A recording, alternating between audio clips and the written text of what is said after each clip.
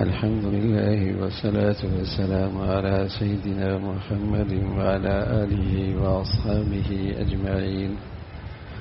أما بعد فأعوذ بالله من الشيطان الرجيم. بسم الله الرحمن الرحيم. ولا تحسبن الذين قتلوا في سبيل الله أمواتا بل أحياء عند ربهم يرزقون فرحين بما آتاهم الله من فضله ويستبشرون بالذين لم يلحقوا بهم. صدق الله العظيم. اللهم صل على سيدنا محمد وعلى آل سيدنا محمد وبارك وسلم. اللهم صل على سيدنا محمد النبي الأمي وعلى آله وأصحابه وسلم. میرے معزز مسلمان بزرگوں عزیز بھائیوں، دین اسلام کی نظر میں شہادت بھی بہت بڑی نعمت ہے. دین اسلام کی نظر میں اہل ایمان اور اہل اسلام کے ہاں شہادت مصیبت نہیں، اللہ کی نعمت. اس لیے پیارے رسول صلی اللہ علیہ وسلم یہ نعمت اللہ تعالیٰ سے طلب کیا کرتے تھے اور فرمایا کرتے تھے وُدِدتُّ أَنْ أُقْتَلَ فِي سَبِيلِ اللَّهِ، اللہ مجھے اپنے راستے کی شہادت دے دے، اللہ کے دین کی حفاظت، اللہ کے دین کی اشاعت، اللہ کی خاطر اپنی جان کے قربانی دینا، یہ دین اسلام میں ایک نعمت ہے. دنیا سے جاتی ہوئی کسی مسلمان کو کوئی سب سے بڑی نعمت ملتی ہے تو وہ اس گھڑی میں شہادت کی نعمت ملتی. اس دنیا سے تو سبھی جانا ہے اور جا ہی رہے ہیں، لیکن اس گھڑی کی جو سب سے بڑی نعمت ہے اسلام کی نظر میں وہ شہادت کی دولت. فرحین بما آتاہم اللہ من فضلی، فرمایا یہ شہداء انہیں جو اللہ کے ہاں سے مل رہا ہے یہ بڑے خوش ہیں. فرحین بما آتاہم اللہ من فضلی، یہ بڑے خوش ہو رہے ہیں. اس لیے تم انہیں مردہ مت کہو، یہ زندہ ہیں. ان کی زندگی کی ایک خاص شان ہے، ان کے ہاں اللہ کے ہاں ایک خصوصی اعزاز و اکرام ہے، بڑی نعمت ہے. اور اسلام تو شہداء سے اسلام کا دامن بھرا ہوا ہے. اگر رمضان سے بھی ترتیب بنائے تو رمضان میں بدر ہوا اور 14 شہداء اسلام کے دامن میں آئے. رمضان کے بعد شوال آیا، احد ہوا، 70 شہداء مسلمانوں کے ہاں آئے، اسلام کا دامن بھرا. اور ان 70 شہداء میں ایک ایسا شہید بھی تھے، آج بھی جب مسلمان مدینہ منورہ جاتے ہیں تو ان شہداء کی زیارت کے لیے بھی جاتے، شہداء احد. ان شہداء کی زیارت کے لیے بھی جاتے. خود پیارے رسول صلی اللہ علیہ وسلم بھی ان شہداء کی زیارت کے لیے تشریف لے جایا کرتے تھے. اور جب ان شہداء کو مدینہ کی طرف لانے لگے تو احد کا پہاڑ بھی چلنے لگا. آپ نے فرمایا انہیں یہیں ٹھہرنے دو. ان شہداء میں ایک بڑا شہید جسے اس امت میں سید الشہداء کا لقب ملا، شہیدوں کے سردار، رسول اللہ صلی اللہ علیہ وسلم کے چچا، اور ان کی شہادت تھی بھی بڑی دردناک.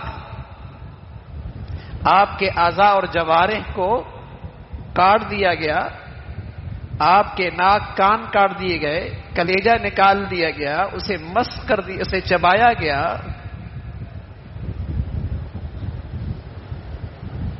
اللہ رب العزت نے اپنے حبیب صلی اللہ علیہ وسلم کی تسلی کے لیے جبرائیل امین بھیجے کہ ہم نے اسے آسمانوں پہ شہداء کا سردار بنایا ہے، حوصلہ رکھیے، یہ سید الشہداء ہے اور حمزہ ہے۔ پھر اسلامی سال کا آخری مہینہ ذی الحج، اس میں ایک بڑی مظلومانہ شہادت ہے۔ حضور علیہ الصلوۃ والسلام کے داماد ہیں حضرت عثمان رضی اللہ تعالیٰ عنہ، آپ نے ایک بیٹی دی، اس کا انتقال ہوا، آپ نے انہیں اپنی دوسری بیٹی بھی دے دی، ان کا بھی انتقال ہو گیا۔ آپ علیہ الصلوۃ والسلام فرمانے لگے عثمان میری 40 بیٹیاں ہوتی، یکے بعد دیگر کا انتقال ہوتا چلا جاتا، تیرے نکاح میں دیتا چلا جاتا۔ ان کی شہادت ہے۔ پھر اسلامی تاریخ کا پہلا مہینہ اور پہلی تاریخ یکم محرم الحرام، حضرت عمر کی شہادت۔ حضرت عمر دعا کیا کرتے تھے اللہ شہادت دے اور مدینہ میں دے، ہمیشہ دعا کیا کرتے تھے کہ اللہ یہ نعمت ملے اور مدینہ میں ملے، نعمت ہے تبھی تو یہ طلب کیا کرتے تھے۔ ہمیشہ اپنی دعاؤں میں کہا کرتے تھے اللہ شہادت دے اور مدینہ میں دے۔ حالانکہ آپ بدر میں بھی شریک ہوئے، آپ احد میں بھی شریک ہوئے، اگر آپ دیگر غزوات میں بھی تشریف لے گئے، لیکن آپ کی دعا ہوتی تھی اے اللہ شہادت دے اور مدینہ میں دے۔ لوگ کہتے تھے عمر دعا بھی مانگتے ہو، شہادت بھی مانگتے ہو، مدینہ میں مانگتے ہو۔ اللہ کی شان، شہادت میری حضرت عمر کو رضی اللہ تعالیٰ عنہ اور مسجد نبوی کے مصلی پہ ملی۔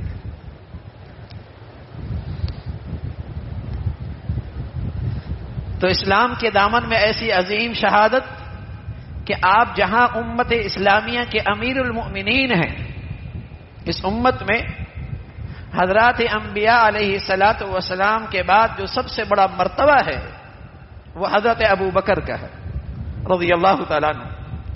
پھر جو سب سے بڑا مرتبہ ہے وہ حضرت عمر کا ہے، پھر حضرت عثمان کا ہے، پھر حضرت علی کا ہے رضوان اللہ علیہم اجمعین۔ پھر اس امت میں سب سے بڑا جو مرتبہ ہے وہ عشرہ مبشرہ، جنہیں اللہ کے نبی صلی اللہ علیہ وسلم نے جن 10 صحابہ کو اس دنیا میں جنت کی بشارت دی۔ پھر صحابہ میں اور اس امت میں سب سے بڑا مرتبہ ان کا جو بدر میں شریک ہوئے۔ پھر سب سے بڑا مرتبہ ان کا جو اصحاب شجرہ ہیں، بیعت رضوان درخت کے نیچے جنہوں نے آپ علیہ الصلوۃ والسلام کے ہاتھ پر بیعت کی۔ پھر ان تمام صحابہ اور مسلمانوں کا مرتبہ ہے جو فتح مکہ سے پہلے مسلمان اور صحابی بنے۔ پھر ان کے بعد ان مسلمانوں کا اور صحابہ کا مرتبہ آتا ہے جو فتح مکہ کے بعد مسلمان ہوئے۔ تو بڑے آدمی ہیں، امیر المؤمنین ہیں۔ پہلا لقب تھا ابو بکر کا خلیفۃ المسلمین، لیکن امیر المؤمنین کا لقب سب سے پہلے حضرت عمر کو ملا۔ امیر المؤمنین، اور حضور علیہ الصلوۃ والسلام فرمایا کرتے تھے میرے بعد اگر نبوت کا دروازہ کھلا ہوتا تو عمر نبی ہوتے، عمر نبی ہوتے۔ اس لیے کہ کئی مرتبہ ایسا ہوا کہ حضرت عمر کا خیال، حضرت عمر کی چاہت جو انہوں نے اللہ کے نبی کے سامنے پیش کی، اللہ نے اسے آسمان سے قرآن بنا کر بھیجا۔ ایسی بصیرت تھی، ایسی دانش تھی، ان کی شہادت ہے۔ پھر عاشوراء کا دن، عاشوراء کا دن، اس میں واقعہ کربلا ہے اور اہل بیت کے بہت سے افراد کی شہادت ہے، اور جن میں حضرت حسین رضی اللہ تعالیٰ عنہ ہے۔ اور اہل بیت کا مسلمانوں کے یہاں ایک خصوصی مقام ہے، خصوصی مقام ہے، اس لیے کہ وہ اللہ کے نبی صلی اللہ علیہ وسلم کے گھر والے ہیں۔ اس لیے مسلمان ہر نماز میں جہاں آپ علیہ الصلوۃ والسلام پر درود و سلام پڑھتے ہیں، وہاں اہل بیت پر بھی درود و سلام پڑھتے ہیں اور کہتے ہیں اللہم صلی علی محمد وعلی آل محمد۔ اے اللہ آپ علیہ الصلوۃ والسلام پر درود و سلام اور آپ کے اہل بیت پر بھی درود و سلام۔ اہل بیت کا اس امت میں اور امت اسلامیہ میں ایک خاص مقام ہے. حضرت حسین رضی اللہ تعالیٰ عنہ کا اونچا مقام. آپ علیہ الصلوۃ والسلام فرمایا کرتے تھے سیدہ شباب اہل الجنہ، یہ جنت کے جوانوں کے سردار ہیں حضرت حسن حضرت حسین. اور ایسے خوش نصیب آج کسی کو حضور علیہ الصلوۃ والسلام سے مس کیا ہوا جوتا مل جائے، جس سے آپ کے پاؤں نے مس کیا ہو جس جوتے پر، تو آدمی اسے چومنے لگ جائے، اسے سر پہ رکھے گا کہ اس کا حضور کے جسم سے اس کو مس ہوا ہے. اور حضرت حسین رضی اللہ تعالیٰ عنہ وہ خوش نصیب ہیں جس کا جسم کا ہر حصہ حضور علیہ الصلوۃ والسلام کے جسم سے مس کیا ہوا. اور آپ علیہ الصلوۃ والسلام ان سے ایسا پیار کرتے تھے جیسے حقیقی بیٹا، حقیقی اولاد. آپ کے نواسے تھے، حضرت فاطمہ کے لختے جگر تھے. آپ علیہ الصلوۃ والسلام کے وہ شہزادہ کہ نماز پڑھتے تو آ کے اچھل کر کندھے پہ بیٹھ جایا کرتے تھے. اور کبھی آپ علیہ الصلوۃ والسلام ان بچوں کے لیے سواری بن جایا کرتے تھے، اپنے کندھے پہ بٹھا کر ان کو سواری کرا کرتے تھے. ایسا پیار کرتے تھے. تو اہل بیت کی شہادت، ان افراد کی شہادت، لیکن ان ساری شہادتوں کے ساتھ ان ساری بلکہ اس سے بڑی شہادتیں بھی اسلام کے پاس ہے. اس لیے کہ ان صحابہ سے بڑھ کر جو اونچا مقام ہے وہ حضرات انبیاء علیہ الصلوۃ والسلام کا مقام. یقتلون النبیین بغیر حق، یہودی نبیوں کو قتل کیا کرتے تھے. تو اگر دیکھا جائے تو کوئی مہینہ اور کوئی ہفتہ اور کوئی دن شہادت سے خالی نہیں. ہر دن سال کے 12 مہینے اور سال کے ہر دن کوئی نہ کوئی شہید موجود. اس لیے کہ اسلام میں اس شہادت پر اللہ کا شکر ادا کیا جاتا ہے. مسلمان اس شہادت کو طلب کیا کرتے ہیں. اللہ کے بعد کوئی ہستی ہے وہ محمد الرسول اللہ کی ہے. آپ شہادت طلب کیا کرتے تھے. کوئی بڑھیا چیز ہے نا، کوئی بہت ہی اونچا مقام ہے نا، کوئی بہت ہی بڑا اللہ کے ہاں سے تحفہ ہے نا. تبھی پیارے رسول صلی اللہ علیہ وسلم یہ شہادت کی طلب فرمایا کرتے تھے. اس لیے شہادت سے کسی مہینے کو، کسی ہفتے کو، کسی دن کو کوئی خصوصیت حاصل نہیں ہوتی. اگر یہ خصوصیت ہوتی تو مسلمانوں کے ہاں ہر دن کوئی خصوصی ہوتا. البتہ محرم، عاشورہ حضور علیہ الصلوۃ والسلام کے ہاں زمانے میں جب تک کہ ابھی کربلا کا واقعہ بھی نہیں ہوا تھا، جو آپ کی ہجرت کے 60 سال کے بعد ہوا. 60 سال کے بعد آپ دنیا سے تشریف لے گئے. آپ کے 50 سال کے بعد یہ واقعہ کربلا ہوا. حضرت عمر کی شہادت بھی آپ کے بعد ہوئی، لیکن آپ نے اس عاشورہ کی فضیلت اس سے پہلے بیان فرمائی. اور آپ علیہ الصلوۃ والسلام کے ہاں اس دن کا روزہ رکھا جاتا تھا. اور جب تک رمضان کے روزے فرض نہ تھے اس دن کا روزہ فرض تھا. لیکن رمضان کے جب فرض روزے آ گئے تو پھر آپ نے فرمایا روزہ رکھ لو تو ثواب ملے گا اور نہ رکھو تو کوئی گناہ نہیں.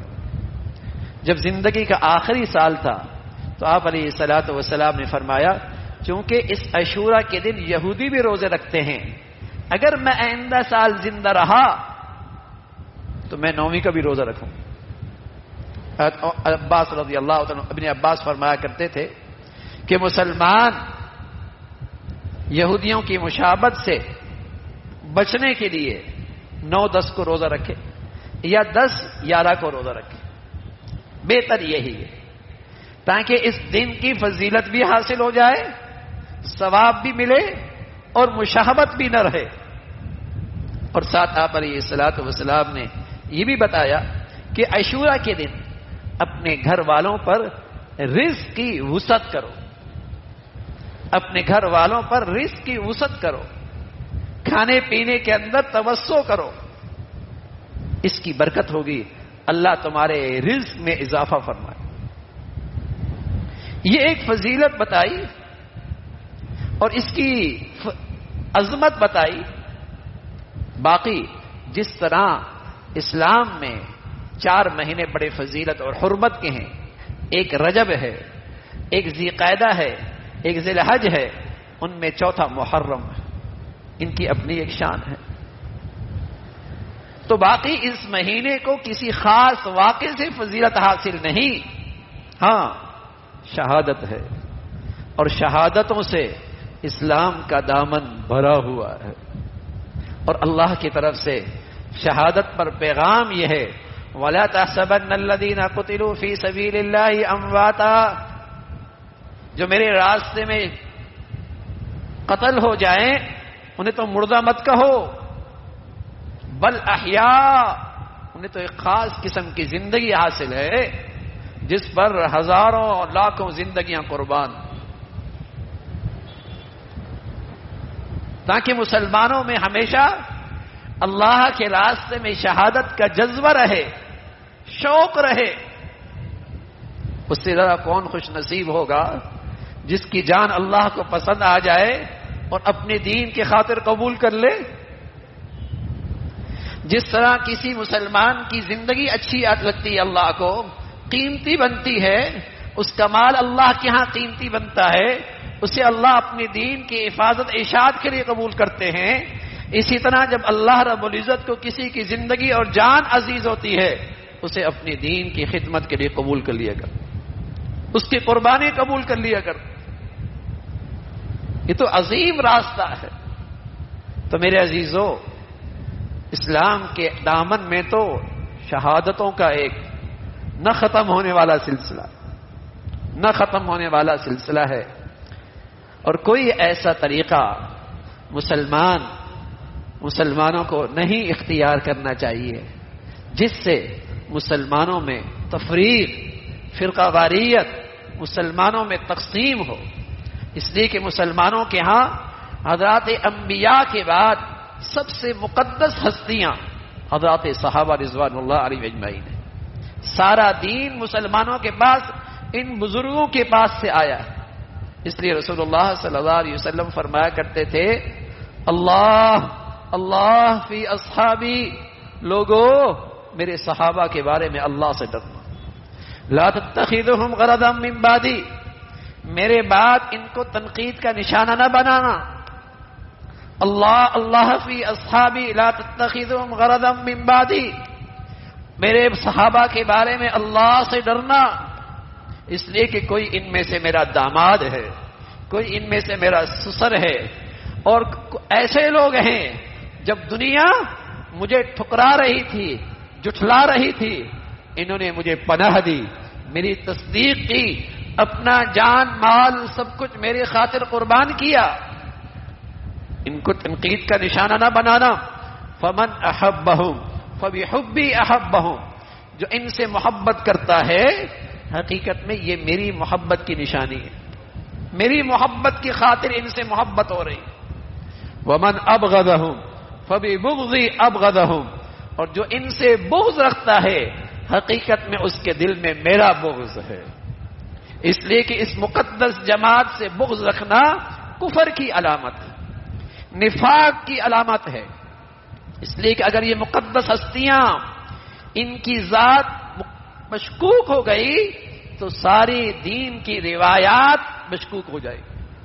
فرمایا یہ بڑی ہستیاں ہیں، ان سے بغض رکھنا علامت ہے کہ ان کو مجھ سے بغض ہے۔ ومن آذاہم فقد آذانی، اور جنہوں نے انہیں تکلیف دی انہوں نے مجھے تکلیف دی، اور جنہوں نے مجھے تکلیف دی انہیں نے اللہ کو تکلیف دی۔ فَيُوشَكُ أَن يَأْخُذَهُ، اور جس نے اللہ کو تکلیف دی بہت جلد اللہ اس کی پکڑ کرے۔ اللہ کیسی پکڑ کرتے ہیں؟ اللہ کیسی پکڑ کرتے ہیں؟ کوئی صحابہ سے نفرت کر رہے، اور صحابہ سے بغض رکھے اور حضرات صحابہ پہ تنقید کرے، اللہ کی ان بزرگ ہستیوں کی گستاخی کرے، اللہ ان کی کیسی پکڑ کرتے ہیں؟ اللہ ان کی یوں پکڑ کرتے ہیں کہ اللہ کے خزانے میں جو سب سے بڑی دولت ہے ایمان اور ہدایت، اللہ اس سے وہ دولت چھین لیتے ہیں۔ اللہ تعالیٰ اس کی سب سے قیمتی دولت جو اللہ کے خزانے میں ہے ایمان ہدایت، اس سے محروم کر دیتے۔ تو میرے عزیزو، حضرات صحابہ رضوان اللہ اجمعین اس امت کے لیے بڑی قربانیاں، بڑی شہادتیں، جس کی بدولت آج دین اسلام پوری شکل کے ساتھ میرے اور آپ کے پاس محفوظ ہے۔ ان کی عظمت، ان کی محبت، ان کی عقیدت، ان کی اتباع، یہ دین اسلام ہے، یہی ایمان کی زندگی ہے۔ فَإِنْ آمَنُوا بِمِثْلِ مَا آمَنْتُمْ بِهِ، تمہارا ایمان تبھی قبول ہوگا جب تمہاری ایمانی زندگی صحابہ کی زندگی سے میل کھاتی ہو۔ اللہ تعالی ہمیں ہر قسم کے فتنوں سے اور ہر قسم کے بدعات اور خرافات سے محفوظ فرمائے اور امت اسلامیہ کو ایمانی وحدت نصیب فرمائے۔ وآخر دعوانا الحمد للہ رب العالمین۔